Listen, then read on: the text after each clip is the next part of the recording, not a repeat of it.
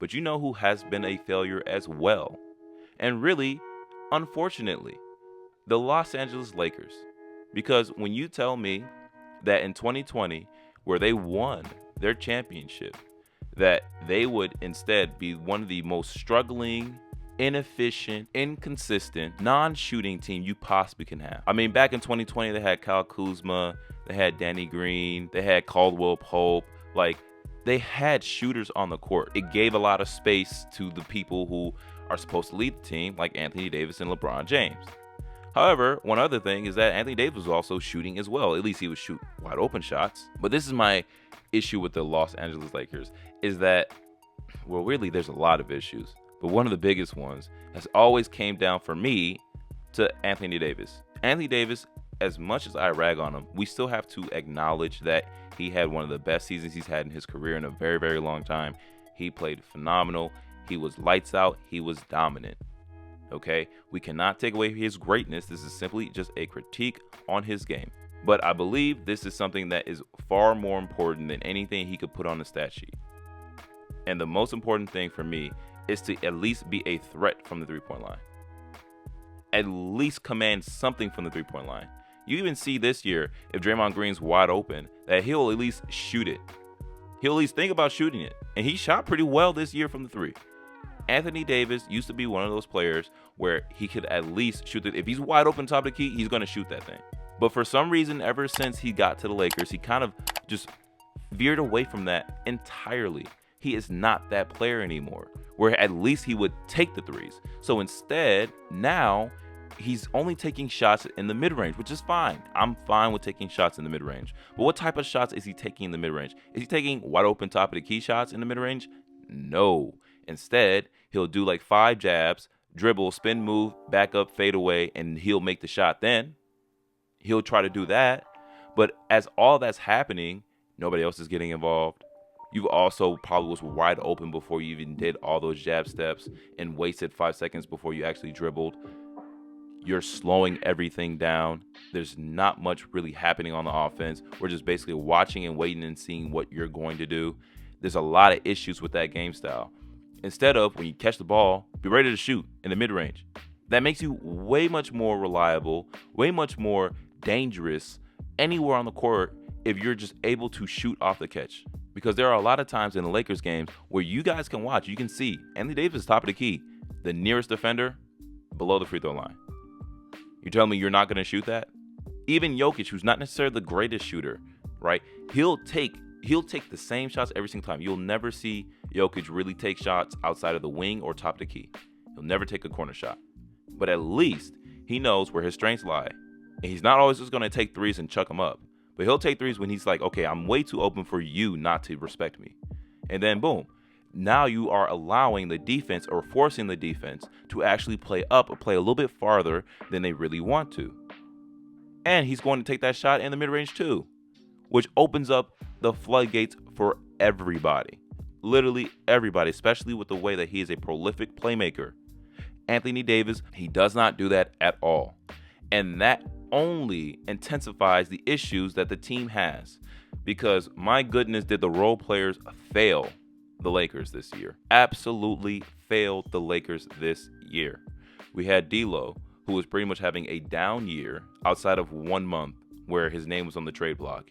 In this tends to happens a lot with D'Lo, where his name's on the trade block. You never really know if he's going to stay with the team. And then all of a sudden, this man plays phenomenal.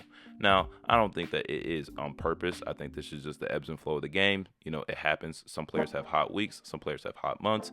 It happened. But at the end of the day, when you look at the year in totality, he did not really have a great year per se. And then you look at Taurean Prince, who also did not have a great year. And then Austin Reeves, who struggled shooting from the three this year. And then you have Rui Hachimura, who is just extremely inconsistent. You don't really know what you're going to get from him.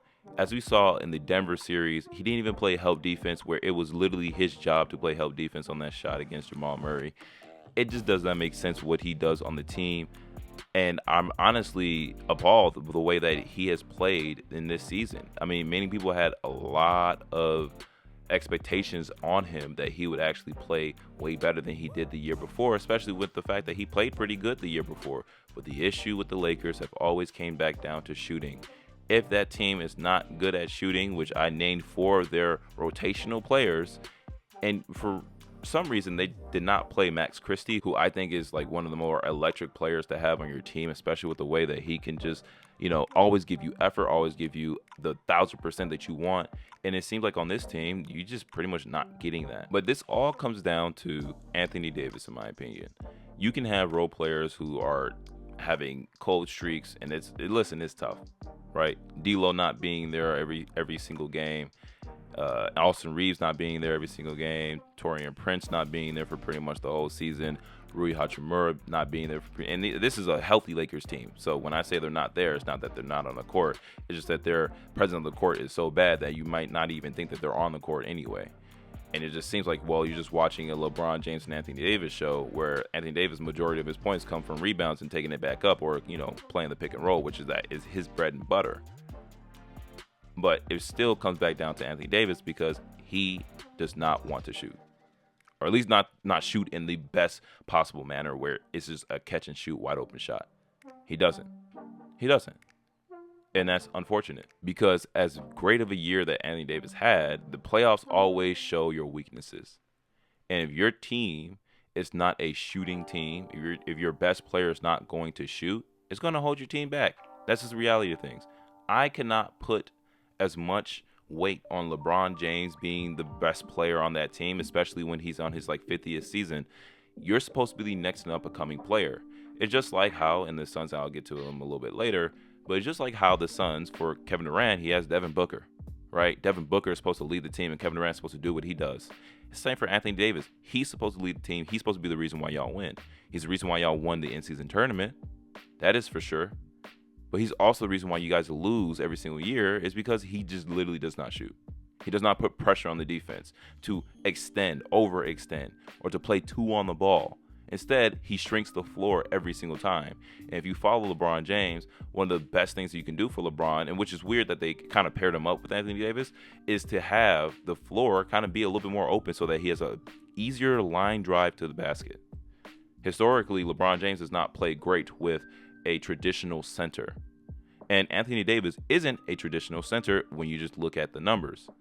But with the way that he plays and the way that he literally holds himself back from shooting threes, he unironically becomes a traditional center where LeBron James does not have much room for error, where he goes into the basket and there's already so many people there.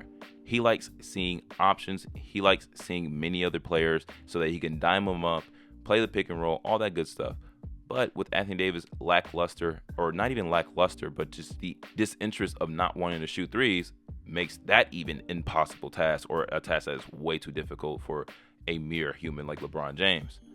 But I'd be remiss to say that Darvin Ham had nothing to do with it, because Darvin Ham had a lot to do with the Lakers and how they played so poorly. Now, it comes down to a lot of things. Is he the greatest basketball mind? From what we have seen, and I'm not in their huddle, I'm not in their team meetings, he is good, but not good enough. And he has a lack of authority. He does not feel like he's having an overwhelming presence on the team, right? When you look at the Oklahoma City Thunder's coach, they look at him and they say, well, we respect you because you have gotten us this far when not many people had us going far at all. And so you have Darvin Ham, who has, a pretty good team, you would say on paper, but with bad rotations, bad lineups, not respecting, not having a good sense of authority. You're going to be the person to blame. But in my honest opinion, I don't blame Darvin Ham that much. Yes, could he be a better coach? Could he understand the X's and O's a lot better? Absolutely. But it's hard to coach a team where your role players are having a really, really bad year. A really, really bad year. And so what do you want him to do? What do you want him to do? When you have those 4 players, Taurean Prince, Austin Reeves, D'Lo, and Rui Hachimura having bad, stretches of games, what do you want him to do? There's nobody else he can start. And that's supposed to be his 9 going into the playoffs. Like that's his rotational players. He's only forced to do what he can. And this is not to take away from the fact that Darvin Ham was not that great of a coach. Yeah, I don't think he was. But the issue is he didn't really have much going on for him. And then he eventually gets fired from the Lakers, which is understandable. But it's something that a lot of people do not know is that he does not choose his own assistant coaches. The assistant coaches are chose by the front office of the Lakers, which is a laughable notion. When you are getting a head coach, you want that head coach to be fully enthralled in whatever system that he wants to bring. Now, is that system going to be successful? Is up to Darvin Ham. But with the Lakers front office basically handpicking who's going to be a part of that coaching tree, you're not going to get a lot of people who kind of mesh, and you have to figure out how to mesh in the mix of a season. Versus a coach is bringing everybody that he knows, everybody that knows how he likes to run his system, everybody that knows how he likes to coach a team. And so the Lakers front office failed them as well. The Lakers already needed shooting, especially with you're going to get rid of everybody that was on that championship team that could shoot. You're going to need shooting, but you're also going to need coaches as well. And so if you're not going to let the head coach ingratiate himself and actually fully pick a system that he wants to implement, well, then you're just making that team just be behind the ball. And right now, we don't know what's going to happen with the Lakers, just like the Clippers. We don't know what's going to happen with the Lakers because they're cooked.